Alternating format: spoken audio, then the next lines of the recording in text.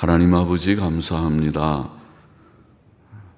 하나님의 은혜로 이 저녁에 저희들이 또 예배당에 모이며 또 각 가정에 혹은 개인적으로 주님 하나님의 말씀 앞에 앉게 하여 주시니 감사합니다.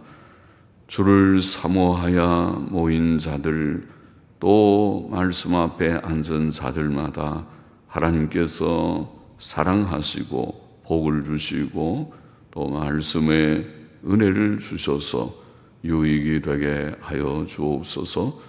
하나님의 영 진리의 영께서 우리 가운데 계시오니 이 미천하고 무익한 종의 심령을 항상 주장하셔서 하나님의 말씀을 바르게 해석하며 증거할 힘을 주시고 도구가 되게 하여 주시고 또 주를 사모하는 자들마다 할례받은 귀 할례받은 마음을 주셔서 말씀을 듣는 대로 깨닫고 또 읽는 대로 깨달아서 하나님의 말씀의 그 교훈이 우리에게 꿀과 같고 송이 꿀과 같아서 유익이 되며 또 금은 보화보다도 값진 말씀임을 늘 깨닫고 하나님의 말씀 앞으로 말씀 안으로 또 달려갈 수 있게 하여 주옵시기를 원하옵고 이 시간도 하나님의 영 진리의 영께서 주는 이곳과 모든 곳에 주장하여 주옵시기를 원하옵고 예수 그리스도의 이름으로 기도하옵나이다. 아멘.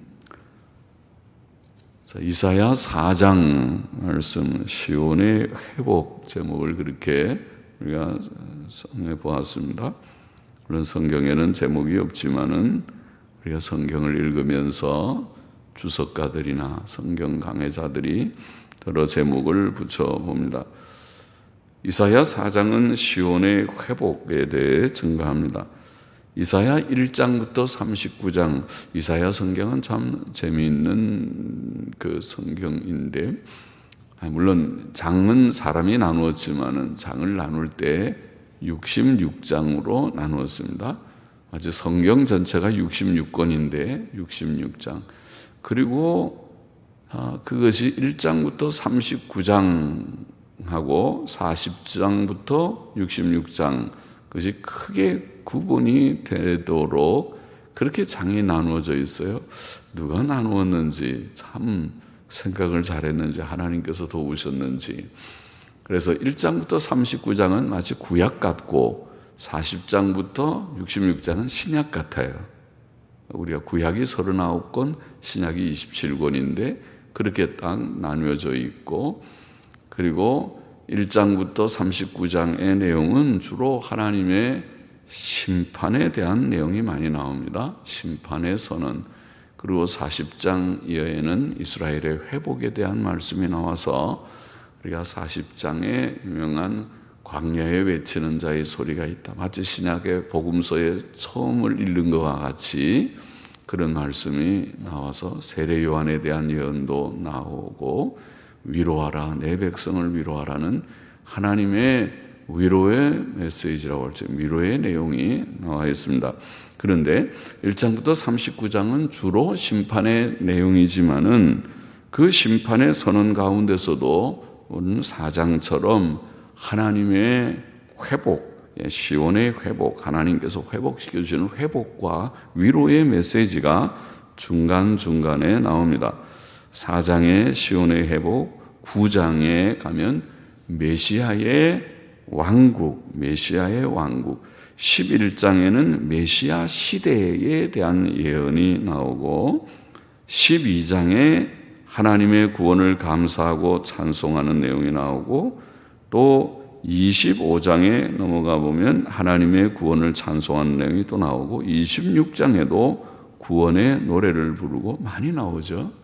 그리고 27장에 이스라엘의 회복에 대해서 예언되어 있고 32장에 메시아의 통치, 35장에 새 세계, 메시아 시대죠. 새 세계에 대한.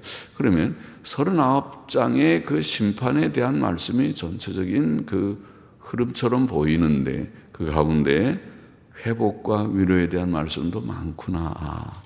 전반부도 그렇구나. 그리고 물론 후반부 방금 말씀한 40장 이후에는 이스라엘의 회복에 대한 내용이 주로 나온다고 말할 수 있습니다.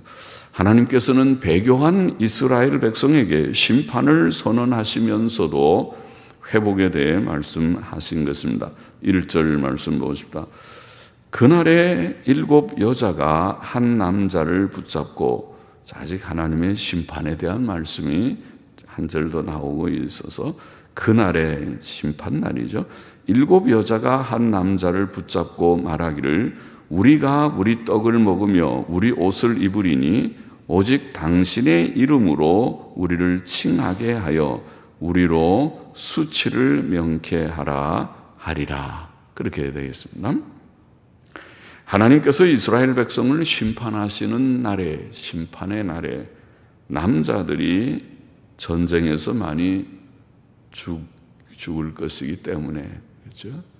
남자들은 전쟁에서 많이 죽고 포로로 많이 잡혀가고 죽고, 그래서 여자들은 결혼할 남자를 얻기 어렵게 될 것이라는 뜻이죠. 그래서 여자들이 7 여자가 한 남자를 붙잡고 말하기를 우리가 우리 떡을 먹으며 우리 옷을 입으리니, 그러니까 경제적 도움을 남자에게 기대하지 않는다는 거죠. 보통은 옛날, 오늘날에는 이제 여성들이 많이 배우고 또 여성들도 상당한 능력이 있고 사회가 그렇게 돼서 취직도 하고 돈을 버니까 결혼이라는 것이 꼭 필요한가, 그런 회의적인 젊은이들이 많이 생겼지만은 예전에는 그렇지 않죠. 예전에는 결혼은 하나의 여성들이 살아가는 필수적인 방법이기도 했겠죠. 그래서 결혼해야 경제적 안정이 있고 남자들이 주로 밖에 나가서 일하고 돈을 벌고 이런 그런 사회 체제라고 할지 그런 것이죠. 그러니까 여기에 결혼할 남자들에게 남자를 얻기 어려우니까 우리가 우리 먹는 거, 입는 옷 이런 거 당신한테 부탁 안 할 테니까 이름만 좀 남편이 있다, 나는 남편 없는 아내라는 이름만 듣지 않게 해달라고 그런 요청을 한다는 거죠. 자, 그렇게 남자들이 귀한 시대가 올 것은 심판으로, 전쟁으로 남자들이 많이 죽기 때문에 오는 일이라는 뜻이겠죠. 2절 넘어가 보십시다. 그날에 여호와의 싹이 아름답고 영화로울 것이요. 여호와의 싹이라는 히브리 말은 체마크. 그런데 성경에 체마크라는 이 히브리 단어는 저기는 싹 그랬지만은 또 예레미야서에는 가지, 나무에서 나는 가지 말이죠. 가지. 또 스가랴서에는 그래서 순도 싹이죠. 나무에서 이렇게 새순이 난다 그러잖아요. 그러니까 그것도 체마크를 그렇게 번역해서, 그러니까 사실은 히브리 말을 번역할 때 가급적이면 한 단어로 번역하는 게 제일 좋죠. 그 히브리 단어도 하나인데 체마크라는 말을 우리말로 번역할 때는 한 단어로 번역하는 게 좋은데, 이제 번역자들이 좀 달라서 그런지 아니면 문맥적으로 그게 자연스럽지 않아서 그런지 몰라도 어떤 데는 싹, 어떤 데는 가지, 어떤 데는 그렇게 번역을 했어요. 그러나 우리가 같은 히브리어 체마크라는 것을 생각하면서 읽으면 더 좋겠죠. 그 싹, 여호와의 싹 혹은 가지 순이라고 번역할 수 있는 싹이 아름답고 영화로울 것이요. 그 땅의 소사는 이스라엘의 피난한 자를 위하여 영화롭고 아름다울 것이며, 시온에 남아있는 자, 예루살렘에 머물러 있는 자, 곧 예루살렘에 있어 생존한 자 중 농명된 모든 사람은, 농명 한자어죠. 농명, 이름을 기록한다는 말이죠. 농명된, 이름이 기록된 예루살렘에 있어 생존한 자, 남은 자들 가운데 남아있으니까 이름이 다 기록되겠죠. 누구는 다 죽었고, 명부에서 우리 족보에서 다 사람이 전쟁에 죽고 자표가 없어지고 다 없고 이제 남은 사람들의 이름을 기록하겠죠. 남은 생존자 중 농명된 이름이 기록된 모든 사람은 거룩하다 칭함을 얻으리니 이는 주께서 그 심판하는 영과 소멸하는 영으로 시온의 딸들의 더러움을 씻으시며 예루살렘의 피를 무슨 피? 예루살렘의 피를 그 중에서 청결케 하실 때가 됨이라. 그렇게 되어 있습니다.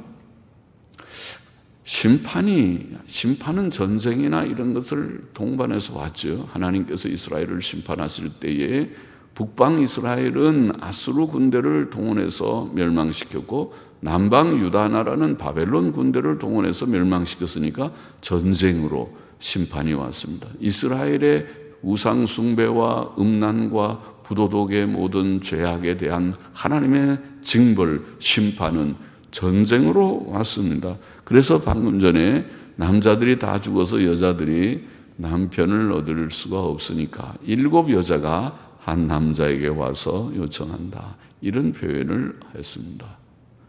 그런데 이런 전쟁이 단순히 하나님께서 그 이스라엘을 벌하시는 것뿐만 아니라 전쟁을 통해서 그 결과적으로는 이스라엘을 회복시킨다는 것입니다. 하나님이 이스라엘을 죽이려고 벌하시는 것이 아니라 사실은 살리려고 벌하시는 것입니다. 이스라엘은 하나님이 너는 다 싹 없어져라. 내가 미우니까 아예 땅에서 뿌리채 뽑아 없애버리리라. 그렇게 벌을 내리시는 것이 아니라 너희가 이 징벌을 통해서 바벨론 70년 포로 생활을 통해서 깨닫고 회개해서 이제는 새로운 이스라엘이 되어라. 새 나라가 되라고. 혹독한 하나님의 징벌이죠. 다 나라가 망해가지고 뿔뿔이 흩어지면은 뭐 완전히 망한 것 같지만은 그러나 불가능하게 보이는 그 멸망의 상태에서 온 세계로 흩어져 있는 상태에서 하나님이 다시 모으신다. 다 불러 모으셔서 나라를 회복시킬 것이다 하는 회복의 예언 말이죠. 회복의 예언이 있어요. 그것이 메시아 예언인데, 그래서 여기에 여호와의 싹이, 그날에 여호와의 싹이 새싹 같은 싹이, 혹은 여호와의 가지. 그러니까 하나님께서 다 망해버리니까 다 죽은 나무와 같은데 그게 무슨 싹이 나겠습니까? 죽은 나무의 가지가 나는 법이 순이 쏟아날 거리가 있습니다. 이스라엘이 멸망했는데 회복의 기미가 있습니까? 회복의 가능성이 있습니까? 그 말이죠. 싹, 가지, 순은 회복이 된다는 것인데 나라를 회복시킬 수 있는 그 아무 가능성이 없는 가운데서 하나님의 싹이 하나님께서 회복시켜 주신다는, 하나님이 순이 돋아나게 하시고 그래서 나무의 가지가 자라게 하신다는 거죠. 여호와의 싹이 아름답고 영화로울 것이요. 할렐루야입니다. 이스라엘은 다 망해가지고 슬프고 이제 다 패망하니까 얼마나 초라합니까? 황폐해졌습니까? 그 아름답던 사람들이 얼굴은 수처럼 검어지고 먹지를 못해서 배가 고파서 전전긍긍하고 아기들은 울면서 엄마한테 맘마를 달라고 왜 우유랑 이 맘마가 없느냐고, 내가 배가 고픈데 왜 뭘 안 주냐고 보채고 그렇게 되는 거죠. 그것이 멸망이에요. 우리도 6.25를 경험했죠. 멸망하게 되면 6.25 전쟁이 나서 꽉 밀려서 저 낙동강까지 가서 다 망할 지경에 있다가 겨우 하나님이 긍휼히 여기셔서 다시 회복돼서 9.28 수복하고 서울을 다시 탈환했지만은, 그러나 그때 전쟁에서, 저는 전쟁 그 이듬해 출생한 사람인데, 전쟁 때 제가 출생할 때는 부산이니까 가장 우리나라에서 안전한 곳에서 아버지가 부정교회 목회할 때 거기서 태어났으니까, 부산에 있을 때였지만은 그러나 전쟁의 참화를 다 우리가 기억을 하고 있는 거죠. 얼마나 우리가 가난하고 어렵고 그렇게 쓰레기 더미를 우리가 뒤지면서 살아야 되는 그런 시절이 우리나라가 있었습니다. 그거를 잊지 말아야 됩니다. 그 전쟁이 왜 일어났는지, 다시는 그런 전쟁이 왜 일어나서는 안 되는 것인지 그거를 정신 차려야 되고 대비해야 되지. 그날의 여호와의 싹이 아름답고 영화로울 것이요 그 땅의 소사는 이스라엘의 피난한 자를 위하여 영화롭고 아름다울 것이며 여호와의 싹이 나고 그 결과로 그 땅에도 소산이 있는 열매가 있게 될 것이다. 그러면 여호와의 싹이 무엇이냐? 여호와의 싹은 이것은 메시아를 가리켰다. 이 회복의 지금 예언은 좀 2절 4절은 회복의 예언이죠. 회복의 예언은 메시아를 가리켰다. 예레미야 23장 5절에 보면 나 여호와가 말하노라 보라 때가 이르리니, 이것도 회복의 예언이죠. 선지자들의 메시지는 두 가지라고 요약할 수 있습니다. 하나는 심판에 대한 경고요, 두 번째는 회복에 대한 예언입니다. 하나님께서 매도 때리고 그러나 또 회복도 그들에게 줘서 위로도 주시고, 너희가 죄를 지었기 때문에 심판의 경고는 모세의 오경을 어기고 율법을 어기고 죄를 지었기 때문에, 무슨 죄? 무상 숭배와 모든 온갖 부도덕의 죄를 지었기 때문에 하나님께서 너희를 멸망시킬 것이다 경고하는 거죠. 심판의 경고와 선지자들의 설교, 선지서들의 내용은 그들의 설교니까, 그들의 설교의 메시지는 죄 지으면 망한다, 너희가 죄 지었으니까 멸망이 임박하였다, 회개치 않으면 망한다. 그러나 그들이 고집부리고 회개치 않다가 결국 망한 거죠. 회개했으면 안 망했겠지. 우상숭배 다 버리고 히스기야나 요시야나 이런 왕들처럼 철저하게 회개하고 그들이 돌이켰으면 그대로 됐을 테지만은, 그러나 유다의 역사를 우리가 열왕기 하에, 역대기 하에 있는 유다 멸망의 시대에, 또 열왕기의 하에 유다 멸망과 그 전에 또 17장 18장입니까? 이스라엘의 멸망에 대한 내용들을 읽어보면 결국은 회개하지 않고 죄만 짓다. 무슨 죄? 우상숭배의 죄와 온갖 부도덕의 죄들을 짓다가 망한 것이죠. 근데 이제 때가 이르리니, 내가 회복의 예언을 선지자들은 심판도 선언하면서 회복도 선언했어요. 위로죠, 하나님. 하나님의 참뜻은 사실은 회복이죠. 그들이 죄를 지어서 하나님이 매를 때리는 거지. 그들이 나중에 회복되기를 하나님이 기대하시는 것은 하나님의 뜻이죠. 그런데 사람이 부패돼서 스스로 회복을 못하니까 하나님이 메시아를 희생하시고 하나님께서 친히 개입하시고 역사하셔서 우리의 심령이 변화되고 중생케 하시는 구원 운동을 하나님이 하시는 것이죠. 그것이 구원이죠. 구원은 하나님의 단독 사역입니다. 하나님께서 하시는 일입니다. 사람은 할 수 없다는 것이 이스라엘의 역사였습니다. 인간의 전적 부패와 무능력이 역사입니다. 그러면 인간이 전적으로 부패되고 무능력하면 구원의 가능성은 어디에 있습니까? 인간에게 없다는 것입니다. 하나님의 긍휼과 은혜가 아니면 되지 않는다. 이 성경의 진리입니다. 그래서 회복의 때, 보라 때가 이르리니 내가 다윗에게 한 의로운 가지를 일으킬 것이라. 거기 가지라고, 그게 바로 체막입니다. 히브리어 체막. 싹을, 순을 다윗에게 한 순이 날 것이다. 다 망했는데, 다윗 왕통이 망해가지고 포로로 잡혀가는데, 여호야긴이 잡혀가고 모든 다윗의 그 왕통의 다윗 자손들이 포로로 잡혀가서 있는데, 그러나 포로로 잡혀간 거기에서 여호야긴이 또 그 자손들을 낳고 나중에 그 자손들 중에 돌아온 자들이 바로 스룹바벨이나 이런 사람들이 돌아오게 되는 것입니다. 가지를 일으킬 것이라. 그가 왕이 되어 지혜롭게 행사하며 세상에서 공평과 정의를 행할 것이다. 여기에 다윗에게 한 의로운 가지라는 말은 다윗의 혈통을 통해서 내려오는 그 자손 가운데 다윗의 자손 메시아가 오셔서 회복해 하실 것이다. 메시아 예언입니다. 예레미야 33장 15절에도 그날 그때에 내가 다윗에게 한 의로운 가지가 나게 하리니. 가지, 거기도. 그러니까 예레미야서의 가지 다 체마크고, 그가 이 땅에 공평과 정의를 실행할 것이라. 메시아, 왕으로 오실 메시아. 스가랴 3장 8절에 보면, 스가랴 3장 8절에 제사장 여호수아야, 너와 내 앞에 앉은 내 동료들은 내 말을 들을 것이니라. 이들은 예표의 사람이라. 내가 내 종 순을 나게 하리라. 아까 스가랴서에는 순이라고 번역했다 그러죠. 그게 체마크라는 단어를 번역한 것입니다. 내 종 순. 그러면은 메시아를 가리켜서 다윗에게 한 의로운 가지, 체마크가 나오리라. 여기에 스가랴도 내 종 순을, 체마크를 나게 하리라. 하나님께서 망한 이스라엘 땅에 순이 돋게, 싹이 나게, 가지가 나게 하셨다. 생명이 있는 구원운동, 회복운동입니다. 스가랴 6장 12절에도 보라, 수은이라 이름하는 사람이 자기 곳에서 돋아나서 여호와의 전을 건축하리라.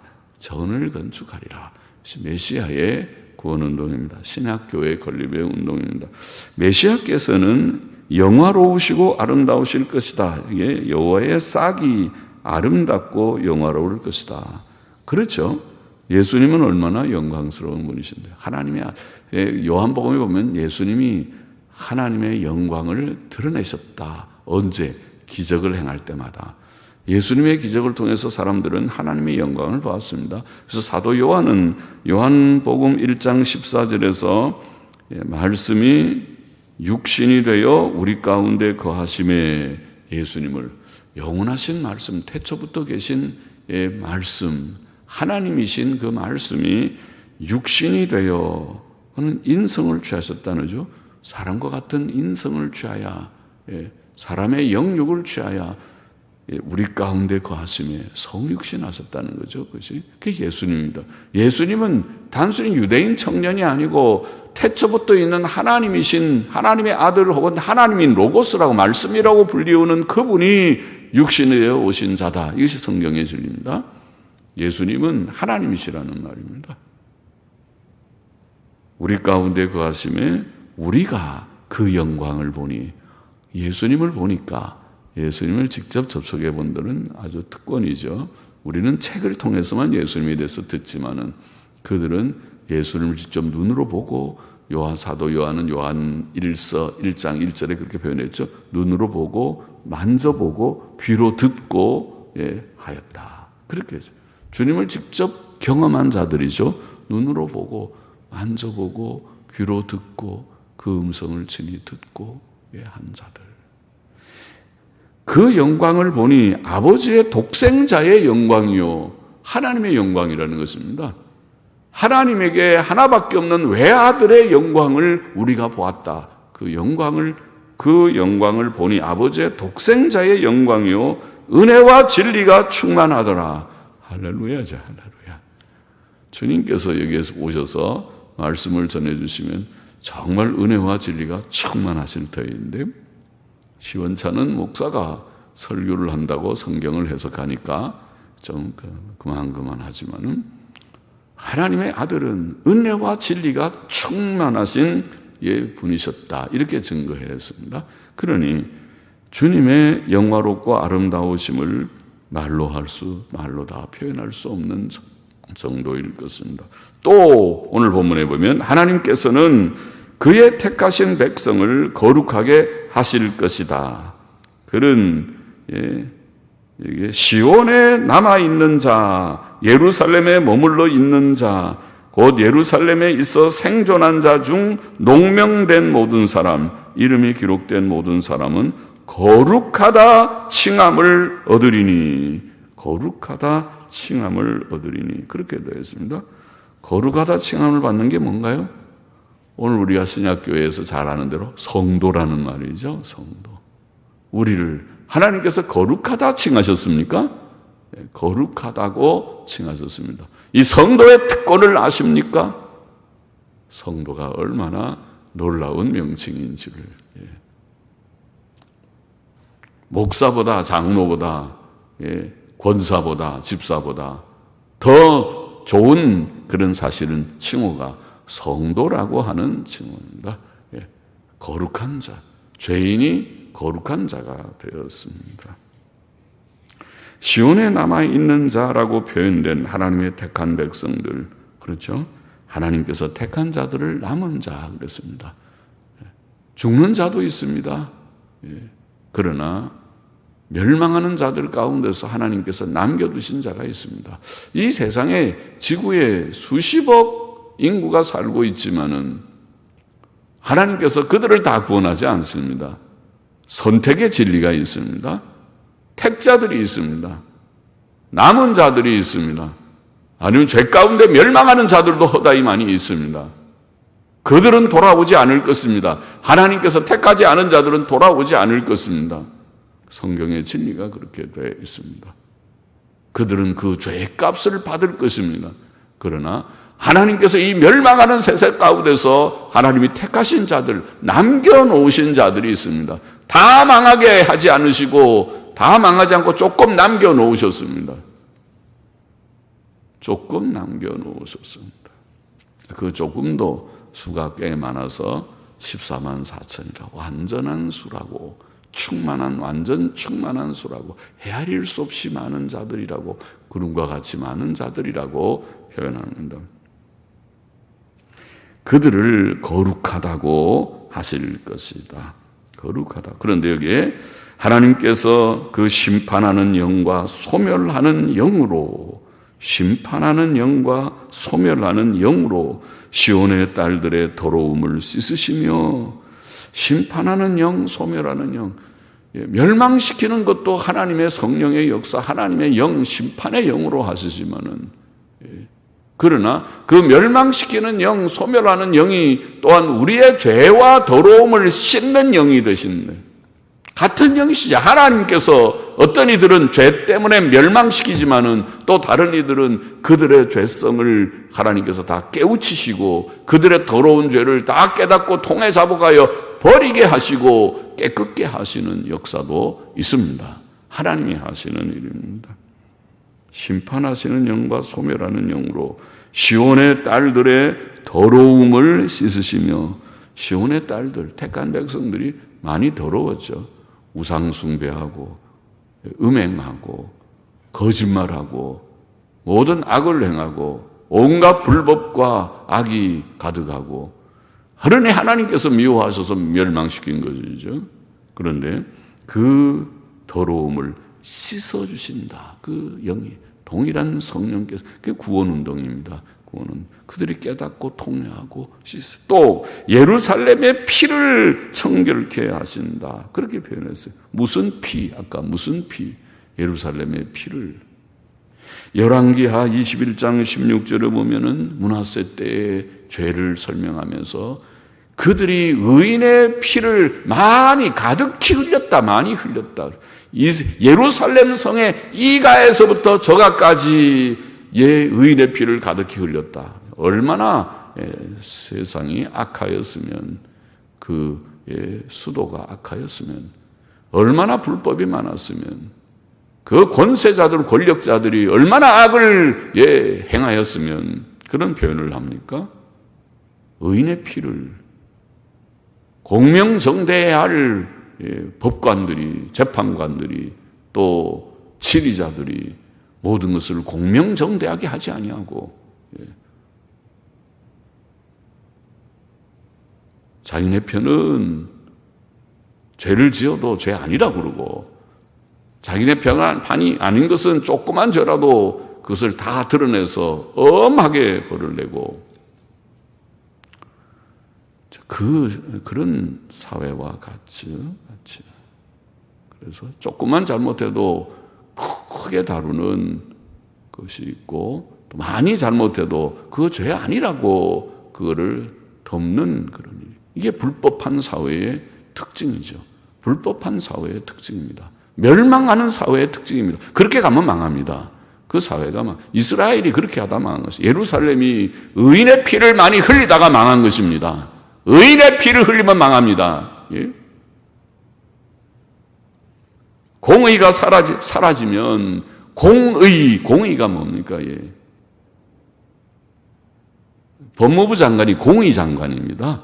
예.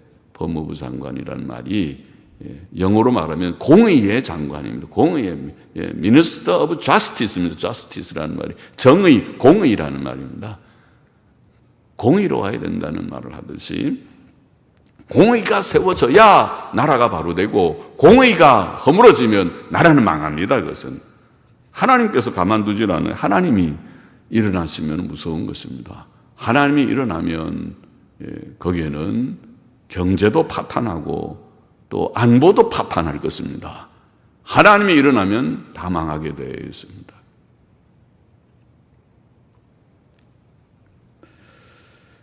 예루살렘의 피를 청결케 하신다. 그러나 하나님의 구원운동은 시온의 딸들의 더러움을 씻으시고 예루살렘의 피를 청결케 하실 때에 하심으로써 그렇게 될 때 남은 자들이 거룩하다. 이제 참된 구원운동이죠.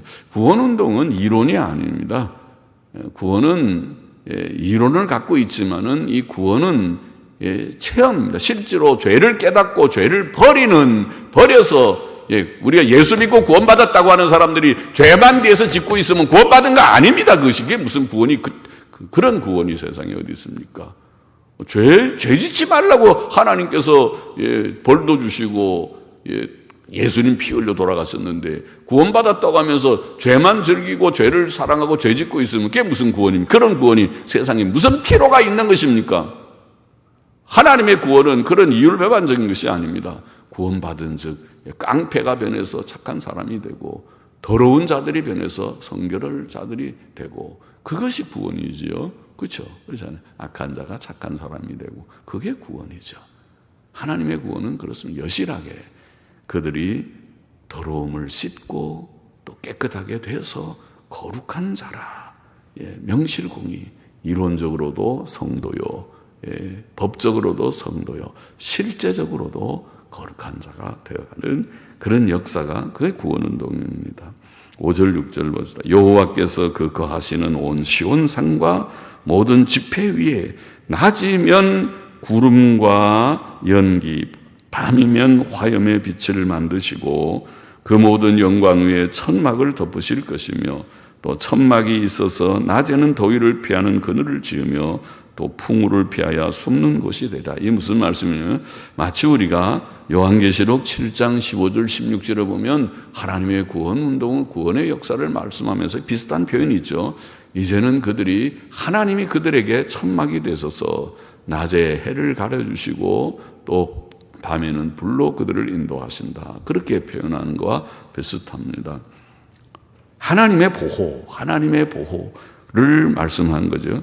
세상에는 여름에 무더위가 있고 너무 더워서 좀 나무 그늘이 있어야 되는데 그늘이 필요하고 겨울에는 추위가 있습니다. 너무 추워서 좀 다 이 찬바람을 막을 수 있고 눈보라를 막을 수 있는 그런 오두막집이라도 하나 있어야 되는데 그렇지? 또 대낮에 떼약볕이 있고 낮에 얼마나 태양이 뜨겁게 내려 비치는지 때때로 폭풍우가 무섭게 천둥이 치고 번개가 치고 그리고 바람이 몹시 무서운 바람이 불어서 나무가 고목이 다 뿌리가 뽑히고 하는 무서운 그런 폭풍우가 몰아칠 때 그때 안전한 집이 그를 피난처라고 쉘터라고 하는 쉘터 피난처 안전한 집이 필요하다. 피난처가 필요하다. 하나님께서 그런 피난처가 되신다 이런 표현을 하고 있습니다. 좋은 말씀이죠. 하나님께서는 자기 백성을 구원하셔서 깨끗하고 거룩하게 하셔서 성도라고 일컫게 하실 뿐만 아니라 이 환난과 고통이 많은 세상, 눈물과 슬픔의 골짜기 같은 이 세상에서 피난처가 되신다 그렇게 표현했어요. 피난처, 은신처, 우리를 보호하시는 보호자, 위로자라는 말씀이지요. 본장의 교훈을 우리가 정리해 보고 싶다. 첫째로 본문은 메시아에 오실 것을 예언한 장이죠. 메시아 예언입니다. 그날의 여호와의 싹이 아름답고 영화로울 것이고 그 싹은 체마크라는 싹은 순, 가지, 그것은 메시아를 가리킨다. 메시아께서 오실 것이다. 메시아께서 오셨습니다. 그가 예수 그리스도이십니다. 사도 바울은 디모데전서 1장 15절에 이런 말씀해줘. 미쁘다 모든 사람이 받을 만한 이 말이요. 이 말은 참 신실하니 모든 사람이 전적으로 이 말을 받아야 할 것이다. 받을 만하도다. 무슨 말이? 그리스도 예수께서 죄인을 구원하시려고 세상에 임하셨다 하였도다. 예수님이 구주 예수께서 오셨다. 그 메시지가, 그 내용이. 메시아의 예언, 구약의 예언은, 이사야서에 나오는 또 모든 선지자에 나오는 이 예언은 마태복음 1장 1절 말씀대로 오셨다. 예수 그리스도께서 아브라함과 다윗의 자손으로 오셨다. 우리가 믿는 예수님이 바로 그분이시다. 그 말씀이죠. 우리는 이미 예수님을 영접했습니다. 믿었습니다.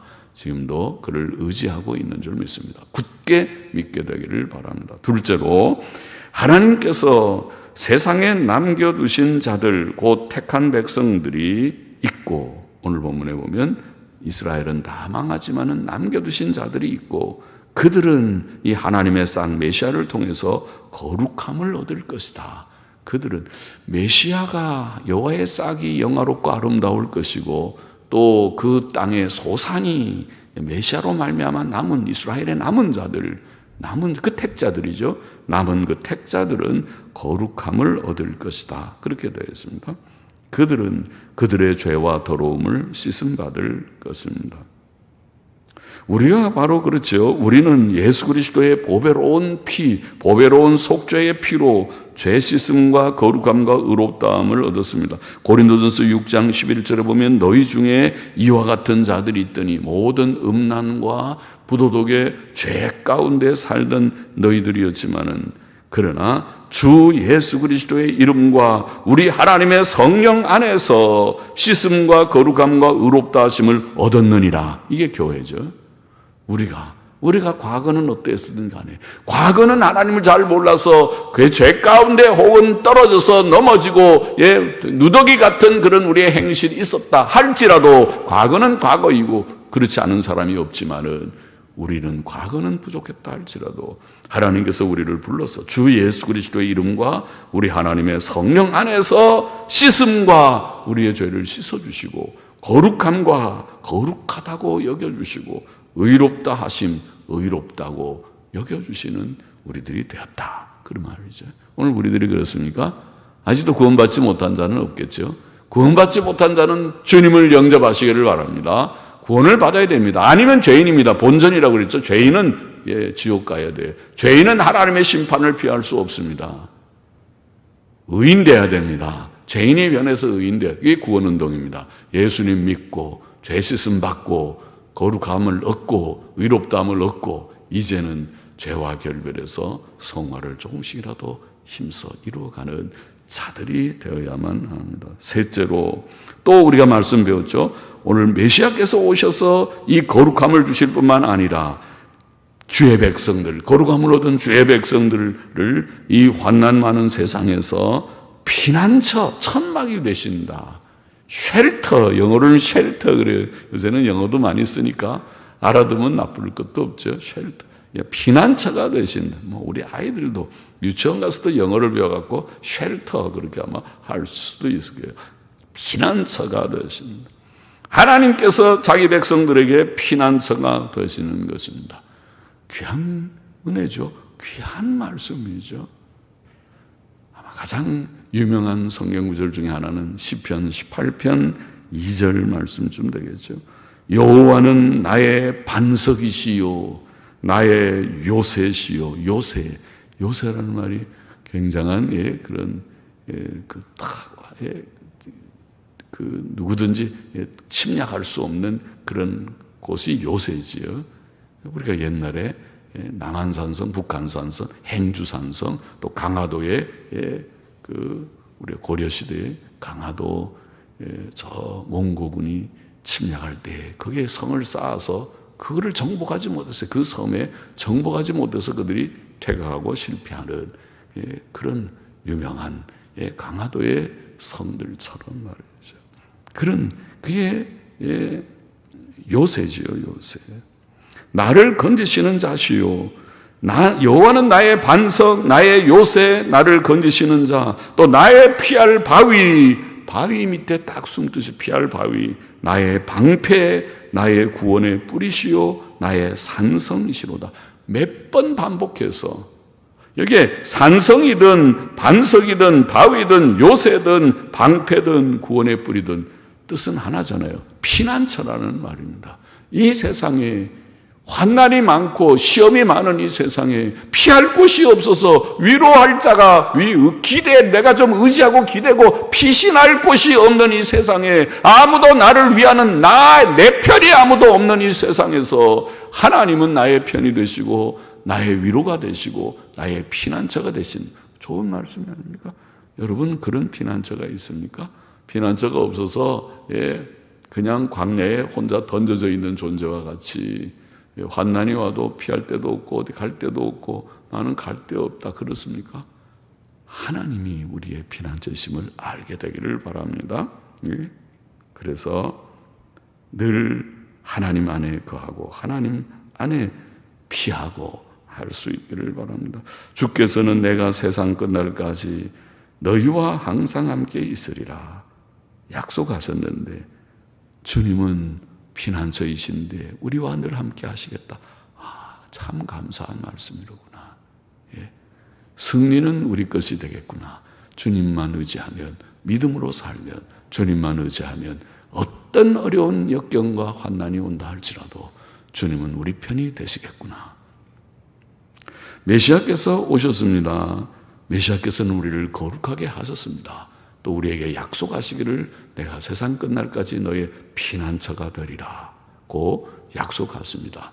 감사히 말씀을 붙들고 믿음으로 사는 저와 우리 모두가 되기를 원합니다. 기도하십시다. 하나님 아버지, 감사합니다. 오늘도 이사야 4장의 짧은 장의 말씀을 조금 묵상하게 하시니 감사합니다.